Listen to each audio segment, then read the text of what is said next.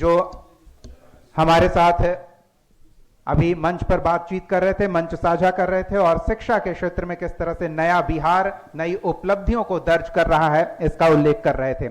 अब हम चाहेंगे हमारे संपादक अनुराग ठाकुर जी, हमारे सहयोगी प्रीतम जी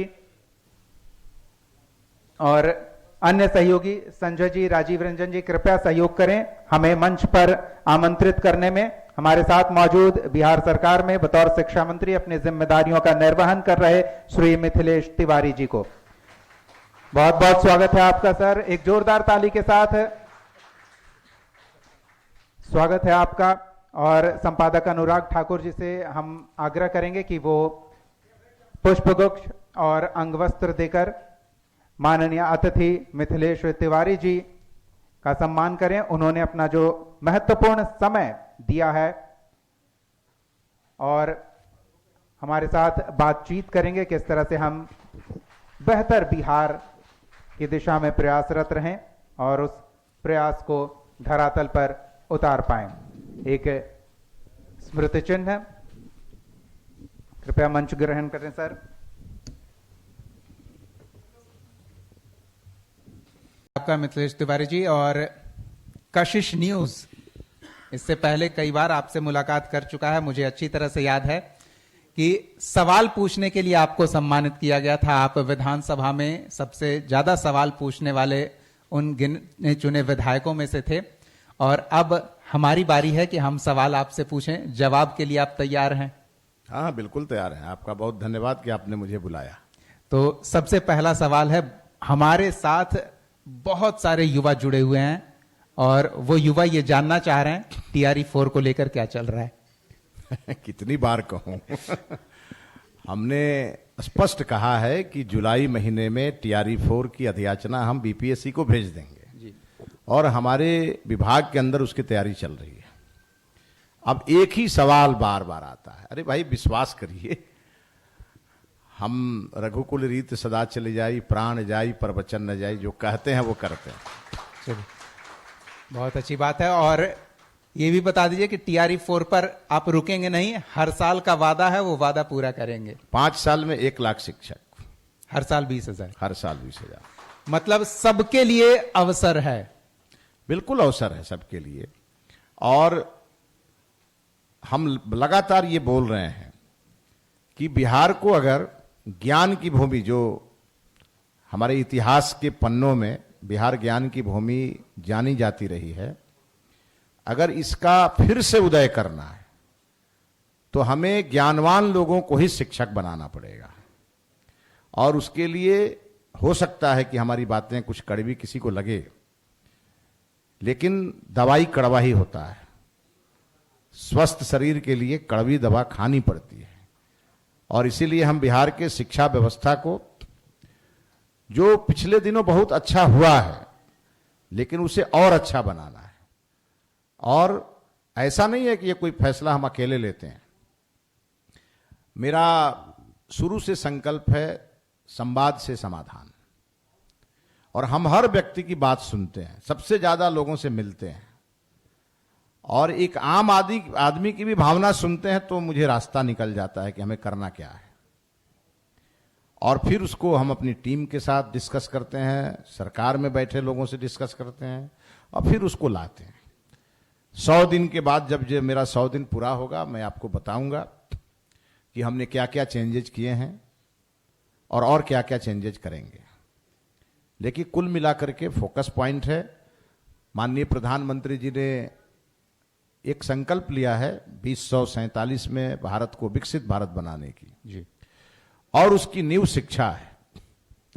इसीलिए हम शिक्षा को गंभीरता से नहीं लेंगे तो ये हमारा मिशन अधूरा रहेगा जी।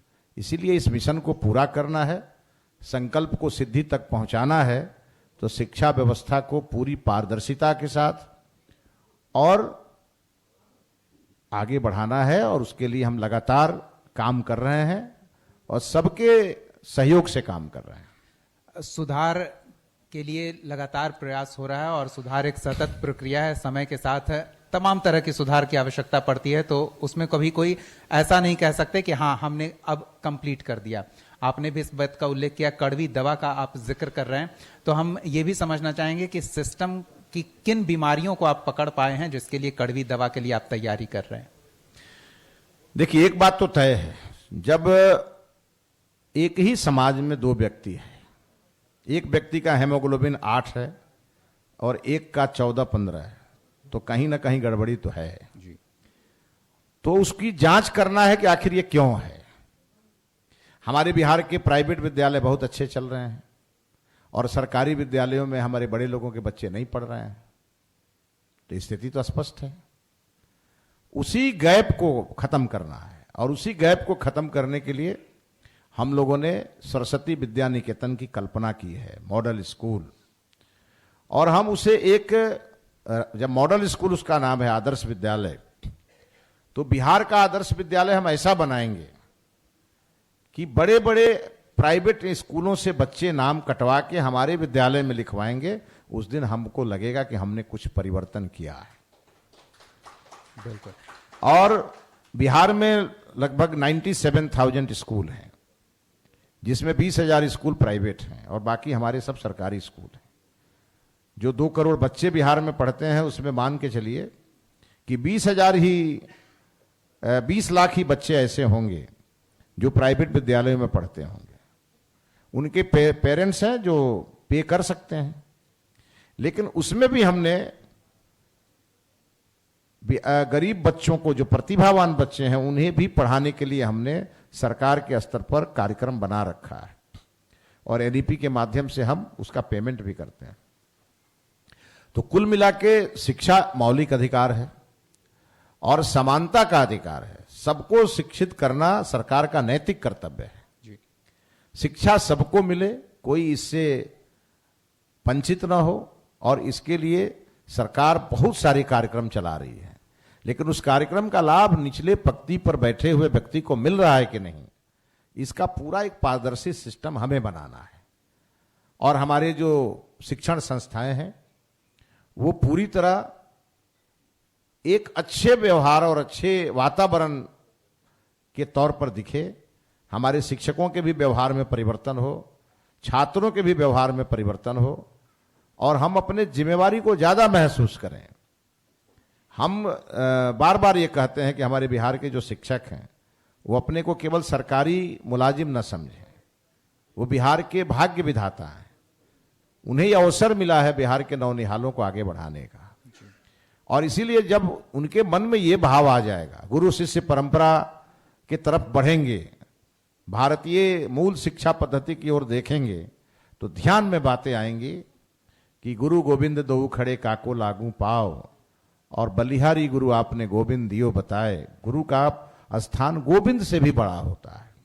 और हम यही चाहते हैं, चाहे हमारे शिक्षा मित्र हों, चाहे हमारे नियोजित शिक्षक हों, चाहे हमारे टीआरई 1, टीआरई 2, टीआरई 3, अब टीआरई 4 आने वाला है, किसी भी प्रकार के शिक्षक या हमारे पुराने शिक्षक जो अभी भी विभिन्न विद्यालयों में प्रधान शिक्षक के रूप में हैं, सभी को अपनी जिम्मेवारी का एहसास करना पड़ेगा। शिक्षा मंत्री कुछ नहीं कर सकता, हम व्यवस्थाएं कर सकते हैं, हम नियम बना सकते हैं, ना नियम को कड़ाई से लागू करा सकते हैं, लेकिन मन में भाव, ये बिहार के चाहे वो अभिभावक हों, चाहे वो हमारे शिक्षक हों, चाहे हमारे सरकारी अधिकारी हों, उन्हें यह समझना पड़ेगा कि हम सरस्वती माता के आराधक हैं और हमारा काम केवल और केवल ज्ञानवर्धन का है। और ये काम हम जब करेंगे तो हमें ध्यान में आएगा कि हमें वैश्विक मंच पर भी बिहार को कंप्लीट कराना है। बिल्कुल। तो जब हम वैश्विक मंच की ओर ध्यान देंगे तो हमारे ध्यान में नई शिक्षा नीति आएगी, हमारे ध्यान में एआई आएगा, हमारे ध्यान में वोकेशनल कोर्स आएगा। हर प्रकार की चीजों से युक्त शिक्षा आगे मिलेगी। इसके लिए हम पूरा प्लानिंग करके बैठे हैं और उस पर काम कर रहे हैं। बिल्कुल, बतौर मीडिया हमारा भी प्रयास रहता है और लोगों से जुड़ाव भी रहता है। तो आपने जो बीमारी ठीक करने की बात कही है, हमने भी नब्ज टटोलने की कोशिश की। तो जो समझ में आया, प्राइवेट और सरकारी विद्यालयों में प्राइवेट स्कूल के शिक्षक से सरकारी स्कूल के शिक्षक बेहतर होते हैं, ट्रेंड होते हैं।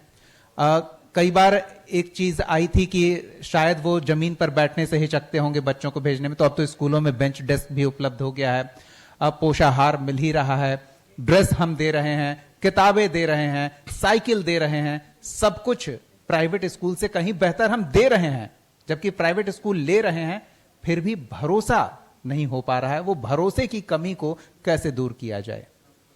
देखिए, वो कमी आपको 1 साल में दिखने लगेगी। जो कमी रह गई है कहीं ना कहीं, वो आपको 1 साल के अंदर दिखेगी कि लोगों का भरोसा वापस आएगा। और ये तब आएगा जब लोगों को जो चाहिए वो हमें देना पड़ेगा। हर माता पिता का सपना होता है कि उसका बाल बच्चा आईएएस बने, इंजीनियर बने, बड़े फील्ड में जाके नाम करे, सक्सेस स्टोरी हो उसकी। और उसके लिए वो प्रथम दिन से ही सोचता है कि हमारा बेटा, हमारा बेटी बड़े इंस्टीट्यूशन में पढ़े। ये हर माता पिता का सोच रहता है। उसके सपनों का इंस्टीट्यूशन हम बनाएंगे। जब उसके सपनों का इंस्टीट्यूशन हम बना देंगे तो वो कहीं दूसरी जगह नहीं जाएगा, वो हमारे ही विद्यालय में आएगा। तो हमने इस बात को अंडरलाइन किया है कि हमारे अभिभावक चाहते क्या हैं, हमारे बच्चे क्या चाहते हैं। और भारत सरकार इसको लेकर के कई कार्यक्रम लगातार चला रही है। उतने कार्यक्रम किसी जन्म में नहीं चला पाएगा प्राइवेट स्कूल। फिर भी हमारे यहां वो चीजें अभी तक एस्टेब्लिश नहीं हो पा रही हैं, और उसे करना है। और ये मिशन के रूप में देखना पड़ेगा। मैं एक शिक्षा मंत्री हूं और मैं एसी कमरे में बैठा रहूंगा, मैं किसी से बात नहीं करूंगा, मैं कहीं जाऊंगा नहीं, मैं अपनी बात लोगों तक पहुंचाऊंगा नहीं, लोगों की बात सुनूंगा नहीं, ये संभव नहीं है। इस मामले में मैं थोड़ा एकदम खुले मन का हूं। बिल्कुल पता है। मैं अपनी बातें खुल के बोलता हूं, लोगों की बातें खुल के सुनता हूं। कई लोग मेरा आलोचना भी करते हैं, मैं उन्हें भी हंस के टाल देता हूं, क्योंकि जो मैं कह रहा हूं वो मैं योजना से कह रहा हूं। ऐसा नहीं है कि मैं ऐसे ही बोल रहा हूं। हो सकता है उन्हें समझ में नहीं आ रहा होगा। और इसीलिए संस्था अनुशासन से चलता है। तो अनुशासन पूरी तरह से आप देखेंगे कि कड़ाई से अनुशासन का पालन हमारे स्कूलों में होगा। हमारे टीचर्स के लिए, हमारे ऑफिसर्स के लिए, सबके लिए मॉडल कोड ऑफ कंडक्ट होगा। मेरे लिए भी रहेगा। शिक्षा मंत्री हूं तो मेरे भी कुछ सीमाएं हैं। और इसीलिए जब सब अपनी परिधि में प्रयास करेंगे तो हम जरूर सफल होंगे। और प्रयास सबका एक साथ होना चाहिए, और सबका प्रयास एक साथ होगा तभी हम सफल होंगे। ये कोई सोचे कि केवल सरकार, मुख्यमंत्री और शिक्षा मंत्री बदल देंगे, ये संभव नहीं है। सभी लोगों को इसके लिए प्रयासरत होना चाहिए। इसीलिए मैं अगले महीने, जुलाई महीने में मैं एक पोर्टल शुरू कर रहा हूं, हमारा विद्यालय हमारा स्वाभिमान। क्या बात। और हमारे जितने भी एलुमनाई हैं सबको मैं आमंत्रित कर रहा हूं। और अभी तक आप विश्वास नहीं करेंगे, लगभग 1000 से अधिक बड़े लोगों ने, जब से मैंने ये बोलना शुरू किया है, 1000 से अधिक बड़े लोगों ने मुझे कांटेक्ट किया है और उन्होंने कहा है कि आप मुझे, मेरा गांव का स्कूल मुझे दे दीजिए, मैं उस विद्यालय को ठीक करूंगा। मैं उसमें, जैसे छठ पर्व में जाके हम अपने घाट को सजाते हैं, वैसे हम अपने विद्यालय को सजाएंगे। जैसे ही बिहार की जनता के मन में भाव पैदा होगा कि हमारा विद्यालय ही हमारा स्वाभिमान है, हम जिस विद्यालय से में प्राथमिक शिक्षा लिए, जहां से हम मिडिल स्कूल में गए, जहां से हम हाई स्कूल में गए, और आज हम यहां हैं, तो जब हम पीछे मुड़ के देखते हैं तो हमें ध्यान में आता है कि हमारा निर्माण कहां से हुआ है। जी। तो हम अपने जो अतीत है, हमारा अतीत है, चाहे जैसा भी रहा है, हम उसे भविष्य के लिए तैयार करेंगे, तभी जाकर के हमारा बिहार आगे बढ़ेगा। इतनी बड़ी व्यवस्था में आप सुधार के लिए प्रयासरत हैं। मॉनिटरिंग सिस्टम भी मजबूत होना चाहिए। कई ऐसी बातें हैं जिसको लेकर विवाद हो गया कि शिक्षक अगर कक्षा से बाहर निकलते हैं, स्कूल से बाहर निकलते हैं, तो उनकी हाजिरी कट जाएगी। इस तरह की बातों को लेकर विवाद हुआ था। फिर पोर्टल के माध्यम से हाजिरी लगाने, तो उसमें भी कई खामियों की बातें आ चुकी थी। तो इन सब को सुधार किया जाएगा और मॉनिटर किया जाएगा। देखिए, मैंने ही बयान दिया जी। अब आप एक बात बताइए, बिहार के किस विद्यालय में शौचालय नहीं है? मेरे अधिकारी स्कूल में जाते हैं, शिक्षक गायब रहते हैं, जैसे उन्हें पता चलता है 1 घंटे बाद आते हैं और कहते हैं कि मैं क्या करूं, मैं शौचालय गया था। बहाना पकड़ा आपने। बहाना पकड़ा मैंने, तो मैंने ये बयान दिया कि भाई ये भी बहाना नहीं चलेगा। अच्छा। जब विद्यालय में शौचालय है, अगर उसकी पानी खराब है, सफाई नहीं है, उसके लिए दंडित होंगे जो लोग उसके लिए जिम्मेवार हैं। बिल्कुल। हमने उसकी भी व्यवस्था यहां से की है, सफाई की, ये सारी व्यवस्था यहां से हो रही है। फिर नीचे क्यों नहीं हो रहा? विद्यालय में पेयजल नहीं है तो जिम्मेवार कौन है? इसीलिए हमने एसओपी बनाया है और हमने साफ कहा है यह भी बहाना नहीं चलेगा। आपकी जिम्मेवारी है विद्यालय में जो उसकी समय सारणी है उसके अनुसार आपको उपस्थित होना है और अंत में फिर विद्यालय क्लोज करके ही जाना है। अभी आपने देखा होगा कई वीडियोज वायरल हुए, कोई एक टीचर हैं जो मोटरसाइकिल से अपने स्कूल जा रहे हैं और अपना फोटो खींच करके और ई शिक्षा पोर्टल पर डाल के फिर वो अपने ससुराल चले जा रहे हैं। इससे व्यवस्था चलेगी क्या? इसीलिए हमने साफ कहा है शिक्षकों की हर बात मानेंगे, लेकिन एक बात मेरी भी आपको माननी पड़ेगी। हम अनुशासन में कोई ढिलाई नहीं करेंगे और हम कार्रवाई के लिए भी इंतजार नहीं करेंगे। हमारी ऐसी व्यवस्था 1 महीने के अंदर खड़ी होगी जो ऑटोमेटिक लोग पनिष्ड होंगे। अच्छा। ऑटोमेटिक, उसके लिए हम एक बड़ी व्यवस्था करने जा रहे हैं। हमारी तैयारी चल रही है, जुलाई के अंतिम महीने में उसे लागू कर देंगे। और जहां जहां खामियां हैं वो सारे पॉइंट हमारे ध्यान में आ गए। मिड डे मील में कहां खामी है, स्कूल में जो ई शिक्षा पोर्टल पर हाजिरी बन रही है उसमें कहां खामी है, हमारे बच्चे जो स्कूल में आ रहे हैं उनकी गणना ठीक से नहीं हो रही वो कैसे होगी, इन सभी चीजों की व्यवस्था हम करने जा रहे हैं। मतलब हम ड्रॉप आउट को भी अब शून्य करने की दिशा में आगे बढ़ रहे हैं। देखिए ड्रॉप आउट का भी विश्लेषण हमने किया है। 6 क्लास में ड्रॉप आउट हो रहा है उसके अलग कारण है, 8th में हो रहा है उसके अलग कारण है, और फिर +2 में तो बड़ी संख्या में हो रहा है जी। इन सब चीजों को हमने अलग से समझ करके विश्लेषण करके उसको रोका कैसे जाए उसके लिए हमने नीति बनाई है। और हमारा स्पष्ट मानना है कि आप घोड़े को और मछली को एक साथ नहीं दौड़ा सकते। मछली पानी में ही दौड़ सकती है, घोड़ा सड़क पर ही दौड़ सकता है। खूबियों तो हमारा खूबियों को पहचानना पड़ेगा। अगर हमारे क्लास में 40 बच्चे हैं और हमारे क्लास टीचर हैं, उनके ब्रेन में वो 40 बच्चों की माइंड की मैपिंग होनी चाहिए कि इसमें से कौन बच्चा किस फील्ड में आगे बढ़ सकता है, और इसलिए उसकी वहीं से तैयारी करनी होगी। तब हम अलग अलग फील्ड में, इंजीनियर जिसको बनना है उसे इंजीनियर बना सकते हैं, और इसकी तैयारी हम 9th से तेज करेंगे। क्लास 9 से 12 तक हम उन्हें नीट की तैयारी, उन्हें जी की तैयारी, जेई की तैयारी, सब तैयारी स्कूलों में कराएंगे। उन्हें जितना भी हायर एजुकेशन में जाना है, जिस फील्ड में वो जाना चाहते हैं, उसकी एक्स्ट्रा क्लासेज कराएंगे, ब्रिज कोर्स चलाएंगे। हम हमारे यहाँ भी बहुत अच्छे अच्छे टीचर हैं जो प्राइवेट कोचिंग में पढ़ाते हैं, उनकी सूची बनाएंगे, टीचर्स की ग्रेडिंग करेंगे, उन्हें एक्स्ट्रा क्लास लेने के लिए कहेंगे और उन्हें हम अलग से इंसेंटिव देंगे। ये सारी व्यवस्था हम अपने स्कूलों में करने जा रहे हैं। हमारा एकमात्र लक्ष्य है हमारा विद्यार्थी टॉपर हो। बिल्कुल। और जब हम उस पर काम करेंगे, जैसे आज आप देखते होंगे कोचिंग संस्थाओं में होड़ लग जाती है, तो ये जो होड़ लगती है कोचिंग संस्थाओं में, तो ये बात सही है कि कुछ कोचिंग संस्थाएं मेहनत करके अपने बच्चों को निकालती है, तो स्वाभाविक है श्रेय उसे लेना ही है। लेकिन उसका बैकग्राउंड भी तो कुछ है। वो किस विद्यालय से पढ़ के बच्चा आज कोचिंग में सफल हुआ है, उस विद्यालय की भी तो भूमिका है। तो अब हम इसकी पूरी तैयारी करेंगे और पूरी तैयारी हमारी डिजिटल होगी। जब भी कोई परीक्षा का रिजल्ट आएगा तो हम भी उसकी ग्रेडिंग जारी करेंगे कि हमारे इस विद्यालय का ये विद्यार्थी है जो इस परीक्षा में पास हुआ, अच्छा नंबर लेके आया।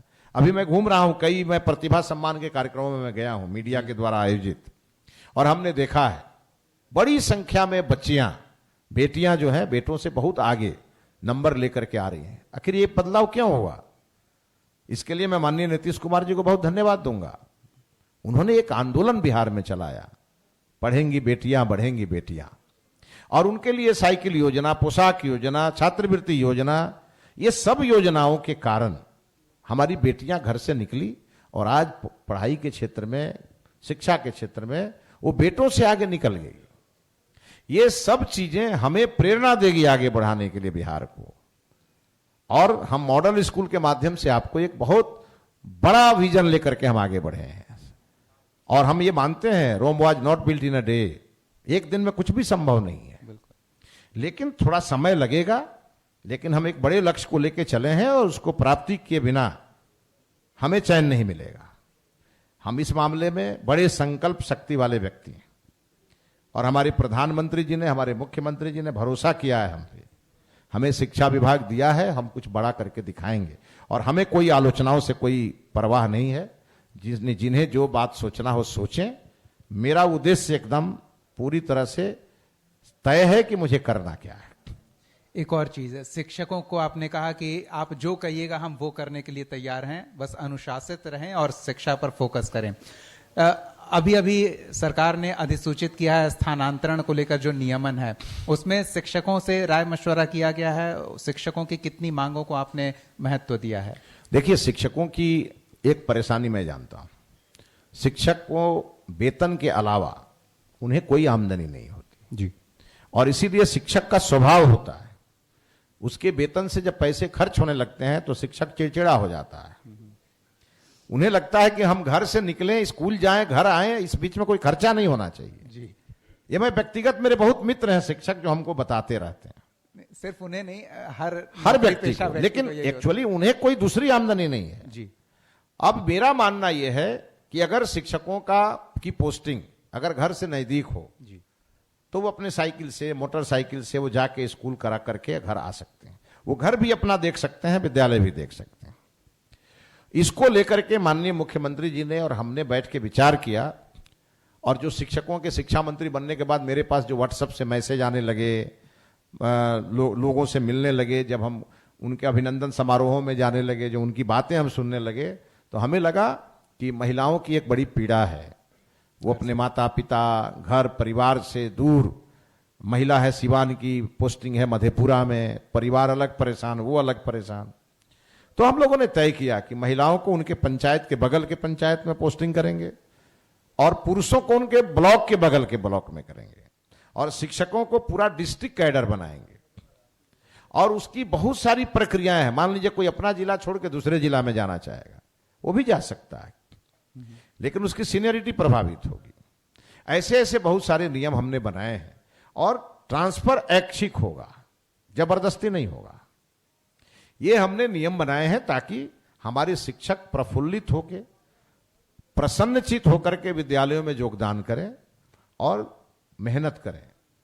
उन्हें यह लगे कि सरकार ने हमारी बात मान ली, तो अब हमें भी सरकार की बात मान करके और शिक्षा को गुणवत्तापूर्ण शिक्षा के रूप में एस्टेब्लिश करना उनकी पहली जिम्मेवारी है। मंत्री जी, कहीं ऐसा तो नहीं घर के नजदीक हो जाए तो हाजिरी लगाकर सब्जी लाने चले जाएं, या फिर मैडम हाजिरी लगाकर दोपहर का भोजन घर का तैयार करने चली जाए? नहीं, वो उतनी मित्रता तो नहीं रहेगी हमारी। आप देखेंगे हम उसकी बहुत प्रभावी मॉनिटरिंग सिस्टम लगा रहे हैं। मैं आपको बताऊं कि हमने 2 टोल फ्री नंबर जारी किए हैं और बिहार के तमाम स्कूलों पे उसे हमने बड़े बड़े अक्षरों में लिखवा दिया है।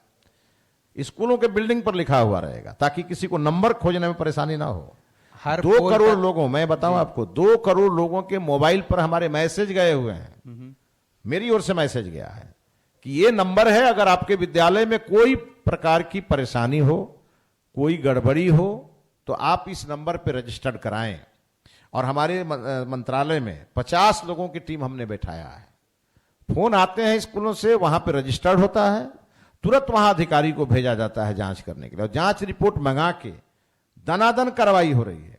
आपने देखा होगा अभी हमने कई लोगों पे कार्रवाई किया, अधिकारियों पर, शिक्षकों पर। सस्पेंशन और बर्खास्तगी लगातार जारी रहेगा। आना सुलभ, जाना भी सुलभ, सीधी बात है। हमारे विद्यालय में जो भी शिक्षक पढ़ाई को लेकर के गंभीर रहेंगे, डेडिकेटेड रहेंगे, उन्हें हम इतना सम्मान देंगे कि वो अभिभूत हो जाएंगे। लेकिन जो भी इसको लेकर के और उदासीनता बरतेंगे और इसको हल्के में लेंगे, उन्हें परेशानी होगी।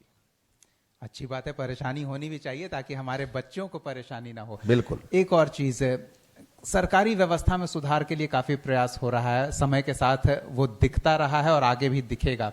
लेकिन जिन्होंने शिक्षा को कारोबार बना लिया है, सिस्टम के साथ वो खिलवाड़ करने से परहेज नहीं करते, इस तरह की कई घटनाएं हाल के दिनों में हमने देखी है, उनके लिए भी कुछ कड़ा संदेश? मेरा संदेश सबको मालूम है। हमने साफ कहा है, कोचिंग पढ़ाई के लिए होता है, लड़ाई के लिए नहीं होता है। एक शब्द में बहुत बड़ी बात है। बिल्कुल। और हमारे मुख्यमंत्री जी ने अभी घोषणा किया है कि हम एक शिक्षा हब बनाएंगे, एजुकेशनल हब बनाएंगे, कोचिंग को वहीं शिफ्ट करेंगे। देखिए, इसमें कई बातें हैं। जो इलाका है जहां आजकल कोचिंग संस्थाएं चल रही हैं, वो इलाका किस प्रकार का है आपको सब पता है। बिल्कुल, भीड़। और उन स्थानों पे बच्चों की जिंदगी की भी को भी खतरा है जी। और जिस प्रकार के वातावरण बने हुए हैं, अभी एक दूसरे से वैमनस्यता का भाव बढ़ता जा रहा है, ये आने वाले दिनों में बहुत बड़ा नुकसान कर देगा शिक्षा विभाग का। हमने अपने मंत्रालय को, कोचिंग नीति पहले से बनी हुई है लेकिन वो अभी प्रभावी नहीं है। हमने अपने मंत्रालय में सबको कहा है, हम अगले 10 तारीख के बाद, 10 जुलाई के बाद, हम सभी जो प्रमुख कोचिंग संस्थाएं हैं बिहार की, उन्हें हम बुलाने वाले हैं मंत्रालय में। चाय पे चर्चा करेंगे उनके साथ, उनकी भी सुनेंगे, उनके भी कुछ सुझाव लेंगे और एक प्रभावी नीति बनाएंगे, जिस नीति में सबको बंधना पड़ेगा। सरकार से ऊपर कोई नहीं है जी। और हम किसी कोचिंग संस्था के खिलाफ नहीं है, लेकिन सबके लिए कोड ऑफ कंडक्ट लागू करेंगे, क्या करना और क्या नहीं करना। और ऐसी परिस्थिति जो इस बार उत्पन्न हुई आगे न हो, इसका पूरा पारदर्शी व्यवस्था करेंगे। सिस्टम अंदर से और बाहर से लीक प्रूफ रहेगा आने वाले दिनों में, पूरी तरह आप देखेंगे, पूरी तरह रहेगा। और कुछ लोगों की चर्चाएं बिहार में होती रही है पहले शिक्षा को लेकर के जी। आप देखेंगे चर्चा उससे भी आगे जाएगी। चलिए, हम कामना करते हैं कि आप जिन उद्देश्यों को लेकर प्रयासरत हैं, उन उद्देश्यों में आप सफल हों। आपने कशिश न्यूज को समय दिया, इसके लिए एक बार फिर से बहुत बहुत आभार, धन्यवाद। आपको भी बहुत धन्यवाद। हम आग्रह करेंगे कि हमारे संपादक महोदय अनुराग ठाकुर जी कृपया मंच पर आएं और कुछ लोग जो समाज को बेहतर योगदान दे रहे हैं, उन्हें सम्मानित करने का अवसर है। आगे 2 मिनट।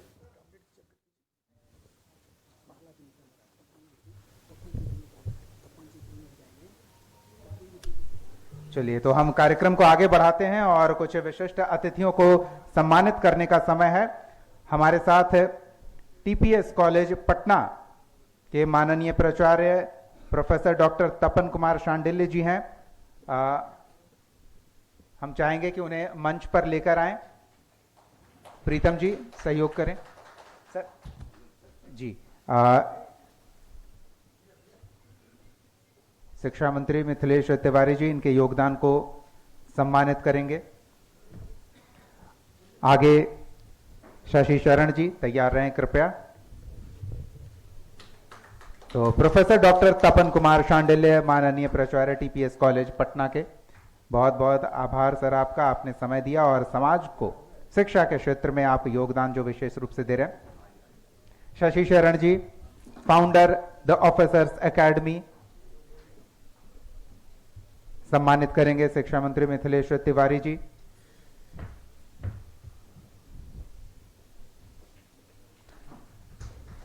अगले कमलदेव भारद्वाज जी कृपया तैयार रहें।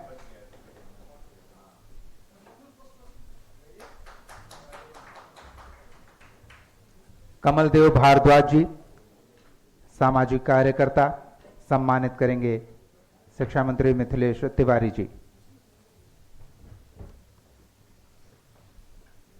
आगे तैयार रहें डॉक्टर मुकुल कुमार सिंह जी।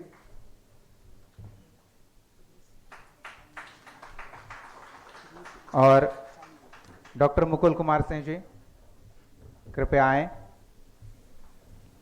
प्रशासकीय पदाधिकारी एनएमसीएच, और विशेष रूप से उल्लेख करना बनता है भारतीय शिक्षा केंद्र के सुचारू संचालन में इनका विशेष सहयोग रहा है, जो पटना महानगर में 22 केंद्र संचालित हैं स्लम बस्तियों के बच्चों को शिक्षा उपलब्ध कराने के लिए। सेवा भारती शिक्षा केंद्र के संचालन में इनकी भूमिका और प्रशासकीय पदाधिकारी एनएमसीएच के। अगले प्रिंस कुमार जी कृपया तैयार रहें, मंच पर आए। प्रिंस कुमार जी प्राप फिनटेक प्राइवेट लिमिटेड के डायरेक्टर सम्मानित करेंगे शिक्षा मंत्री मिथिलेश तिवारी जी। अपने नवाचार और दूरदृष्टि और परिश्रम से उद्यमिता के क्षेत्र में विशेष पहचान बनाई है इन्होंने। बिहार में नए स्टार्टअप्स को बढ़ावा देने में इनकी सहयोगी भूमिका रही है और माननीय शिक्षा मंत्री मिथिलेश तिवारी जी इन्हें सम्मानित कर रहे हैं। अगली Shrimati Chandi Devi, proprietor Bharat agro industries and machinery. Shrimati Chandi Devi, Navneet ji कृपया सहयोग करें। Shrimati Chandi Devi ji middle school pass out, आजीविका के लिए छोटा सा रोजगार, लेकिन अपने हौसले से एंटरप्रेन्योर बनकर आज समाज को बड़ी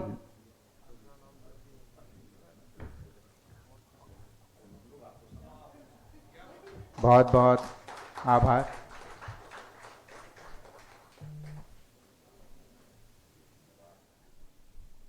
धन्यवाद सर, धन्यवाद आपका भी।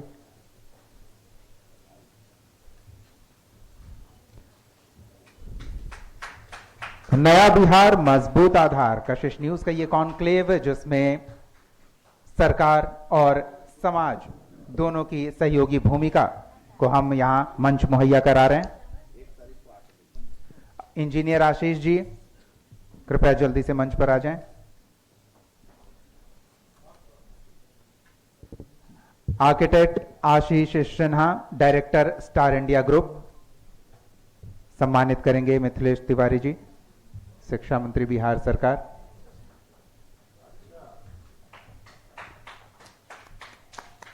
जोरदार तालियां। देखिए इनके योगदान को कशिश सम्मानित कर रहा है और आपसे बस तालियों की गुजारिश है, तालियों का शोर गड़गड़ाता रहे। बहुत बहुत धन्यवाद मिथिलेश तिवारी जी, आपने समय दिया, बहुत बहुत धन्यवाद सर, आभार। तो कशिश न्यूज मजबूत आधार जो बिहार को मिल चुका है